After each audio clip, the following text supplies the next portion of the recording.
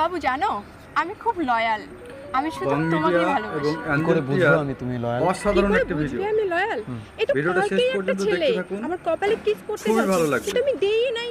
কেন দেব? হ্যাঁ, কপালে শুধু কিস করার অধিকার ভালোবাসার মানুষটারই আছে, তাই ওকে আমি কপালে কিস করতে দেইনি, কিস করতে দিয়েছি আমার ঠোঁটে। কি মানে? আরে শোনো না, তারপরে ছেলেটা আমার সাথে মন্দিরে যেতে চাইছিল, থাকুন শেষ কিন্তু আমি পর্যন্ত। যাইনি।